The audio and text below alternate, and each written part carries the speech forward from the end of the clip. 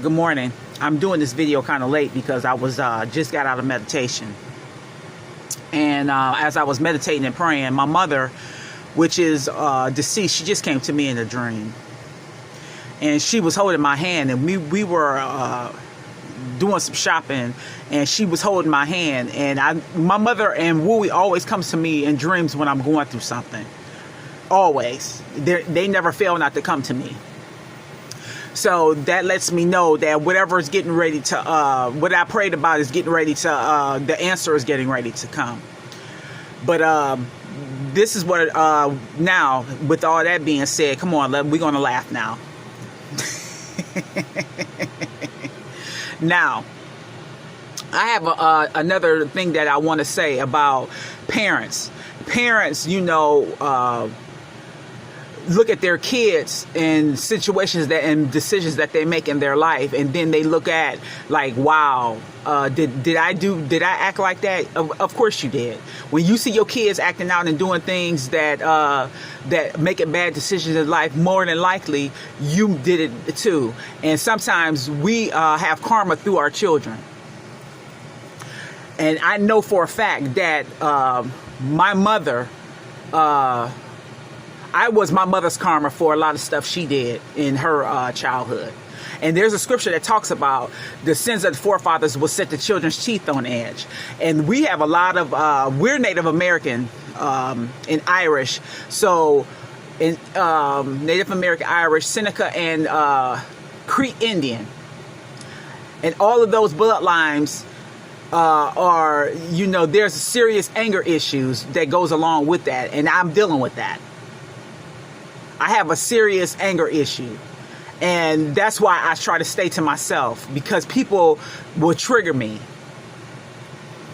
And my cousin, she tells me all the time, she said, you don't talk, you don't say nothing. I said, it's best that I don't say anything. But with all that being said, let's laugh.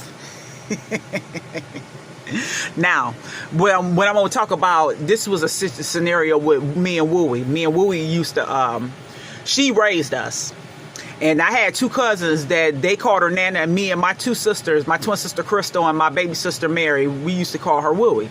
So all of us would, we pretty much, you know, we all grew up as siblings. And Wooey raised my mother and my cousin's mother, and they grew up as siblings. So when my mother had passed, Cousin Carol Jean was very, I could tell, because she came and got me from the CDC. I was doing community service, and she called me and said, I'm on my way to come get you. Your mother passed away. I said, I know, Tuffy just called me. So when she got there, she was a nervous wreck, and she said, your mom just passed. I said, I know. And she said, well, are you going to Cleveland? I said, no. I said, I can't do that. I said, I can't go to Cleveland because I was still grieving Wooey. Wooey grew up. This was the May 10th. I ain't gonna never forget. It was the Friday before Mother's Day. I ain't gonna never forget this because we were giving flowers and stuff to all the mothers, and we were giving fresh fruit and vegetables at the CDC to people. So when she came and picked me up, Big Thomas, my sister's husband, called me, and he was telling me, you know, some things that my sister was doing. And I told Thomas, I said, Thomas, I said, the way I'm feeling, I said, I can't fight with Missy. I said, because I'm grieving Missy, my Wooey, too much. I said, let Missy do what she want to do. I ain't got time to be fighting with her. I said, because the way I'm feeling, if she say something wrong to me, I'm going to smack the fuck out of her. And I told him that. I said, let Tuffy and her deal with that. He said that she won't even let Tuffy make any decisions. I said, well, I ain't got nothing to do with that. I said, I was over Wooey's stuff, over her estate and stuff. I said, I don't have that to do right now. That's above my pay grade. I just went through this. I'm not going through it again. So whatever decision that she makes, that's on her.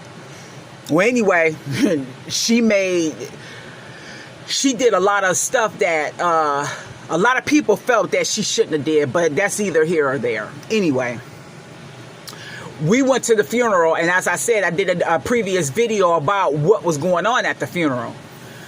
But the thing about it is, one thing, you know, when you think you a boss and then you mess up everything, that doesn't make you a boss. That makes you stupid. You understand what I'm saying? You know, you think you know everything and can't nobody tell you nothing. But with all that being said, we're gonna I'm gonna do a little I'm gonna tell y'all a little story about Wooey before she passed.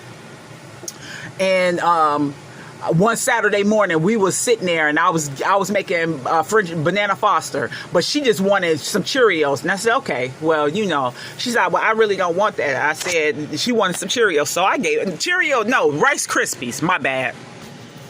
She wanted some Rice Krispies. I said, okay. I said, so I gave her a bowl of cereal, and she had her Meals on Wheels that they bring during the week, and she wanted that. So I had fixed that for her. So it was pretty much an easy, then hospice that came in, and they wanted to give her bath because during the week she had an aide. And on the weekends, hospice, and she told them she didn't want a bath. I said, Wooey, I said, she came all of this way to make sure that you did your personal care. The least you can do is get up and go in there and do your personal care. She didn't want to do it after she ate her cereal, but she ended up going in there, and she had an attitude. So she gave this woman a hard time. So I had to go in there. And I told her, I stood in the door. I said, Wooey, if you say one more damn word, I'm going to smack the shit out of your old ass. And she looked at me. I said, this lady is here to help you. And she was like, okay. So she's sitting there, you know, she was, then she cocked her leg up on the side of the tub, and she said, I need a man to come and let my, and let my fire out. This was a week before she passed. And I said, Wooey. And as she did that, I looked at her body. I never saw her naked. And as I saw her naked, I seen how much weight she had lost and how bony she was. She had all these, she was skin and bones. And she had all of these, like red blotches all over her skin. And I looked, and she seen me looking, and she just, you know, she tried to throw the towel over her body.